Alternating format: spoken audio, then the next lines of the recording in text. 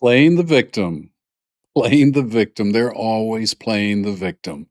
It's the victim card, the card that gets them out of jail free, the card that allows them to collect $200, the card that allows them to not pass a go.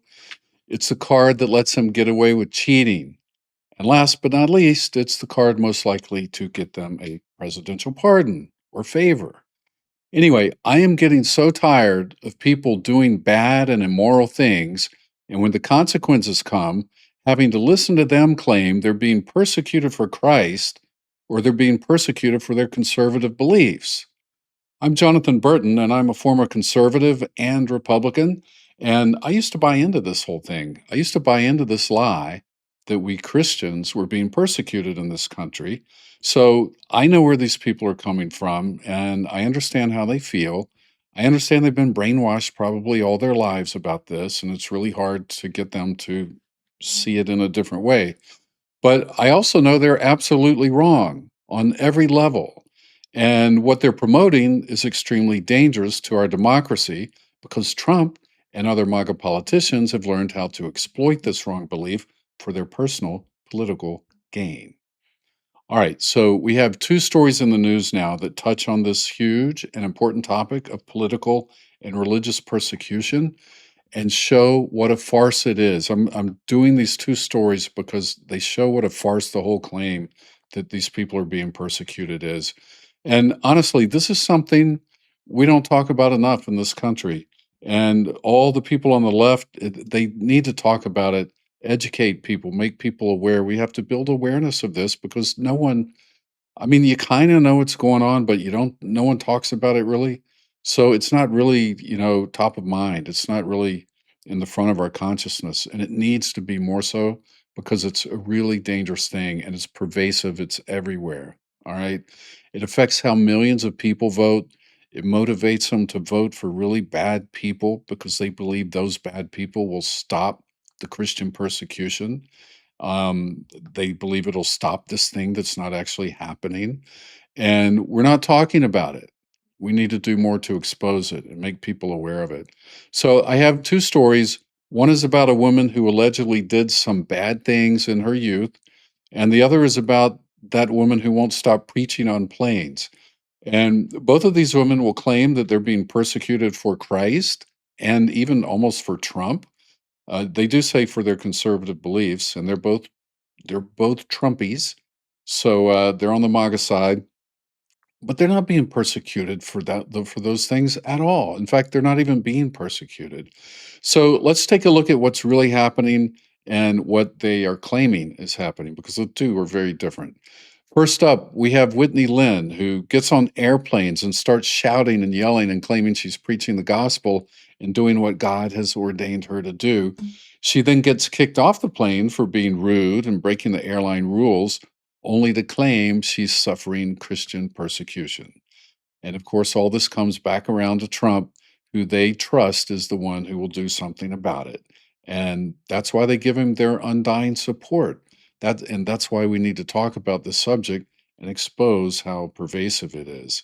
All right, then we have another woman, Brittany Bolton House, who recently won the North Carolina Miss USA title and was promptly stripped of that title when they discovered that some things she had done in her past weren't really that good. But they haven't said what. So I think I may have found out what some of them are, and some are being reported in some North Carolina media, and then others are being written about online, which are, as always, worse than what the media is willing to report. But let's take a look at Whitney first. And first, we'll see her getting kicked off the plane. I don't have the video of what she did right before this happened that led to her getting kicked off the plane, but I don't think it's too hard to figure out what's going on here. All right.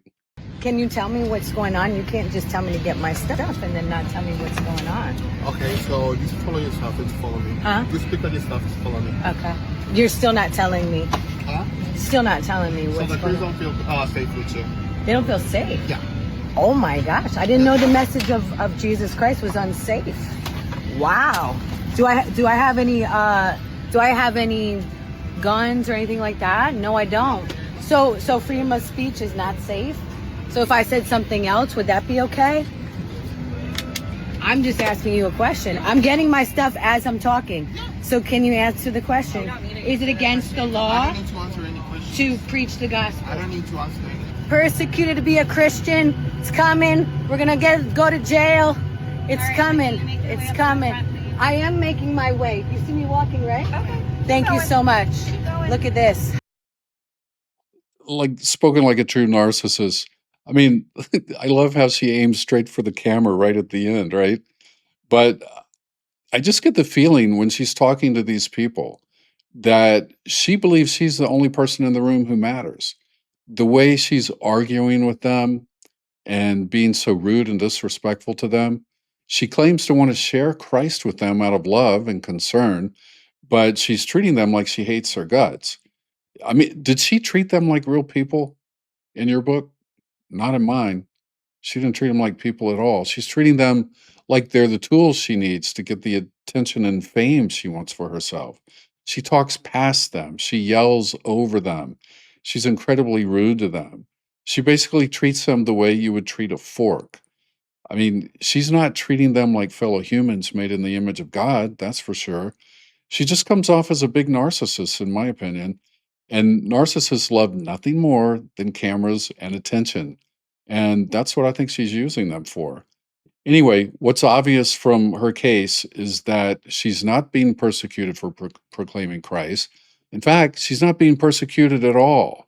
She's simply suffering the consequences of what happens to people when they're rude and disrespectful and when they break the rules. She's forcing a captive audience on that airplane to listen to her. They don't want to listen to her and they can't get off the plane. So, seriously, how many people just get up like this and just start yelling on an airplane and expect, and when they're called down for it, they think the people calling them on it are wrong? Nobody. I've never seen that happen on a plane that I was on. So it's a very rare thing. It's highly unusual. And she's just treating it like, oh, you guys are treating me badly because I'm a Christian. Ugh, all right. Anyway, the airlines obviously have rules against that kind of thing. And there's probably a law against it too, for all I know. But she at least is breaking the airline rules, and maybe she's breaking a law too. But she's crying Christian persecution because she'll get the sympathy and support of millions of biblically illiterate people who misidentify themselves as Christians. And judging by the way she's getting a ton of views, judging by all the views she's getting on all the videos of this that she's posting on her social media, she's crying all the way to the bank. All right. In the next clip, we have Brittany Boltonhouse, who was crowned Miss North Carolina, USA. And I think it was back in June, or, well, yeah, it was a few weeks ago, actually. Yeah, June was a few weeks ago. So, yeah, it was back in June. They gave her the crown, and then a few weeks later, they stripped her of it because because is a bit of a mystery, actually, because the pageant won't actually say. So here's what we do know. Let me pull this up. All right. So this is from the Carolina Journal. Exclusive video of Brittany Boltonhouse, Miss North Carolina, USA, sits down with Carolina Journal. Yay. So I'm going to play some clips from this video in a minute. And it is so boring. How often does a YouTuber tease his audience by telling them what he's going to show next is boring? Anyway, the clip is boring. So please stick around for it, okay?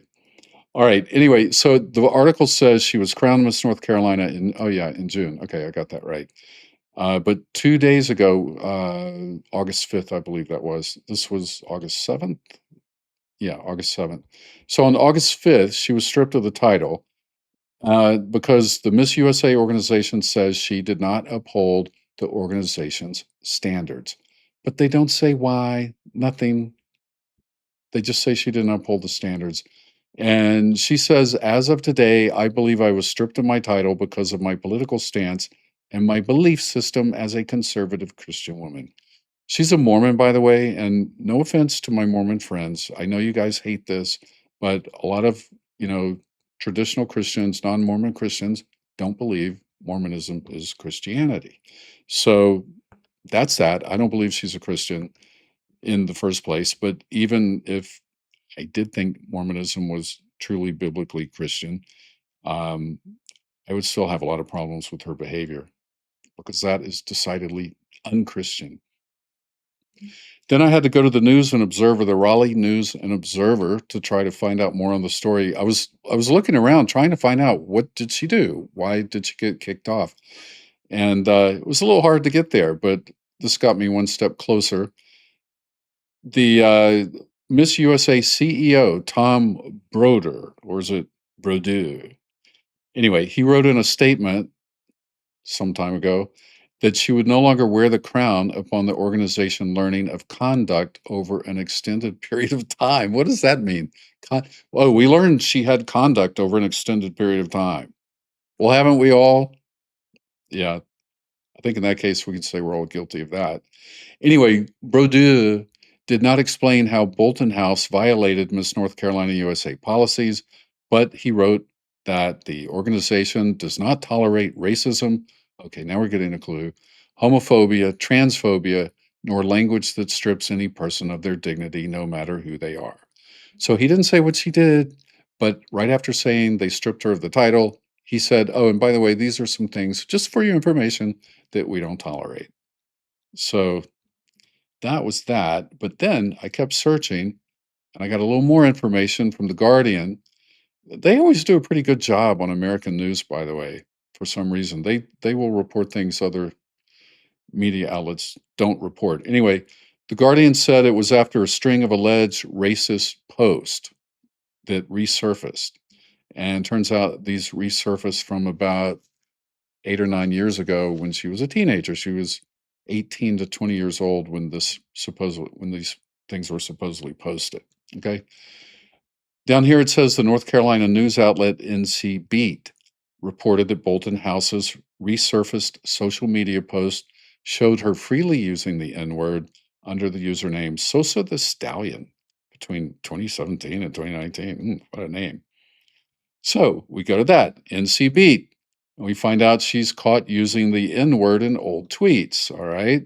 So it's getting a little spicier, this story. All right, she's under fire after a series of old social media posts resurfaced showing her freely using the N-word, bragging about being toxic, and engaging in explicit relationship drama, all while she held a title that was supposed to represent the state with dignity and class. The organization said the move followed a thorough review of recently surfaced information, though it did not specify what that information was. Okay, so anyway, somehow they found out about this and they didn't like it. Now, NC Beat came up with some screenshots. They came up with the receipts. So I'm going to show you some receipts here. All right, under the handle Sosa the Stallion, linked to her earlier identity as Sosa B. Alondra. Okay. She has a thing for these weird names. She posted a series of tweets between 2017 and 2019 that leave little room for interpretation. In one December 2019 post, she wrote, N-word, I'm toxic as F. I don't care. All right. Other posts from the same account include, this N-word has made me 50 shades of effed up. If my N-word don't like you, I don't like you. Your girl don't like me, but yo N-word does. Not yo N-word. Okay? And here are screenshots of those posts. Unredacted. The language is consistent, casual, and repeated. She used the N-word as part of her regular online voice, framed herself as proudly toxic, and centered much of the content on sexual and relationship competition. All right, so it's all kind of bad stuff. And then we have a post from her from November 2024 from Sosa B. Alondra, promoting Trump, saying, please vote for Trump. He's the salvation of the nation. If he doesn't win, America will become a third world country. Ooh, man, talk about getting it wrong. Now, I wonder, now that we are becoming a third world country in many, many respects, will she retract this? Will she even know enough about what third world countries are to see what's happening?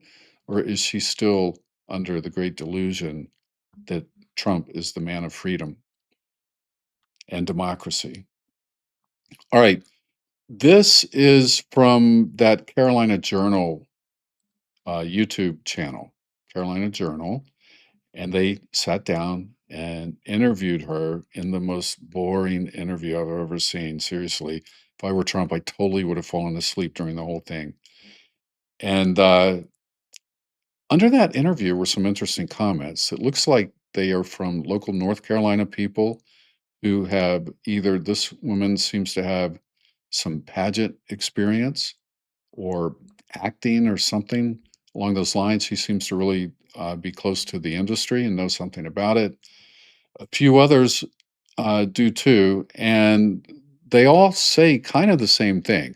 So, look, this is not the same kind of evidence you would use in a court of law. You would call these people in, you would have them witness, get up on the witness stand and testify live in person where you could question them. So, I'm not saying this is anything like courtroom evidence. It's not. But I just wanted to look at some of these comments because I think they might give a little extra insight into what kind of person she truly was back then. I don't know if she's that way now, and don't know for sure that she was that way back then. But the totality of these comments and the fact that they come from different people, but they have kind of a consistent theme, I think tells us something. So Isabella Eva says she got decrowned for the morality clause because there is a video of her assaulting someone. A few other people said something similar. The constant use of slurs and other hateful behavior was just adding to her moral deficiency. This blatant lying is not surprising. Also, numerous other state title holders are openly Republican and conservative. She's coping. They don't decrown for politics. That's why I think she knows something about the industry because she kind of has this inside information about that, which sounds credible to me that they wouldn't hold it against someone, whatever their political views are. This person says she beat up a minor and then her family paid the minor's family off so they won't press charges. I no idea if it's true, but that's what's being claimed here. And then the somebody replies and says, yes, that's really true. The mom went little okay, little grammar problems here. The mom went to their house and paid. The was a minor. Brittany was an adult. She graduated in 2017, and the video was in 2019. So she paid. She paid the mom apparently, and paid the mom so they wouldn't file charges against her. And also, her sister started the fight. I was there. It was actually in the Wayne County Fair. Okay, so whatever. That person is grammar challenged, I have to say. This person says she wasn't stripped of her crown for her beliefs and political affiliation. She was stripped because she physically abused another girl, consistently said the N word, made transphobia comments and fatphobia comments to top it all off. If it comes down to being a Christian woman, all those negative things done do not align with Christianity. Yes, God forgives. Yes, we do sin, but a good Christian takes accountability. Okay, that's true. So those were those comments on there. And, when you're doing your own show and you're running video and you're doing web pages and all this, there's a lot to do besides just sit and talk. You know what I mean? All right. Anyway, usually these pageants, they care if you've done anything online or anything in your past that could discredit their organization or bring an embarrassment to them. So I have no way of knowing what kind of contract she signed with them, but it may well have said something like, please disclose to us anything that might be embarrassing from your past that we might discover later on. In other words, we don't want to discover something and be surprised by it. If there's anything in your past that we need to know about, tell us now. It could say something like that, or perhaps they didn't ask her to disclose anything at all. It may have been a little different. They may have simply said if we discover anything that violates our standards at any time, you could be eliminated from the pageant. And then she signs that, acknowledging that they could eliminate her if they discover anything, and then they discover the thing, and then they eliminate her.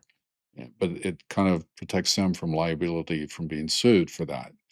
So anyway, it doesn't put her in a strong position for suing them for doing what she's already agreed that they could do, if that's in fact what she agreed to. And in this video that I'm going to show you, she doesn't say anything about starting a lawsuit. In fact, she says she's at peace with the whole thing.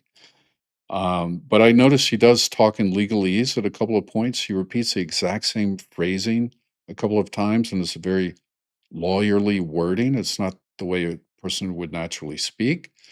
And so I think she had probably talked to a lawyer at that point because she was very careful in not accusing the organization of any wrongdoing or assuming that she knew what they were thinking. So she had not come out with a lawsuit at that time, but a couple of days ago, it popped up in the news that she is now going to sue the pageant producers. So I think she's going to have a hard time in court proving that the racist language she used and the alleged assault she may have been involved in, I think she's going to have a hard time proving that those arose out of her conservative and Christian beliefs. Because they're anything but Christian. I can no longer say they're anything but conservative, but today's MAGA conservative, that probably fits right in. But it certainly does not arise out of any Christian beliefs or Christian teachings. But anyway, let's look at this video and see what you think about it. Today we're talking with Brittany Bolton House. Brittany was crowned Miss North Carolina USA, but then was stripped of her title. The pageant system says that their standards were not upheld, but Ms. Bolton House believes that perhaps her outspoken conservative views may have played a role in this process. Here to tell the rest of the story. Thank you for joining us. I appreciate it. Thank you, Ms. Donna. Yes, I'm glad you're here. So walk me through the process. What happened this week? I know this was a huge shock. It was a lot. It was a huge shock, I will say. It was a lot of obviously emotional roller coaster, but it's also a blessing in disguise, I feel like. I'm very much at peace. All right, so she says she's at peace, which if she goes to court and says, this gave me heartache, it stressed me out, it gave me pain and emotional pain and suffering or whatever they say. And then the lawyers pull this out and say, well, you said you were at peace.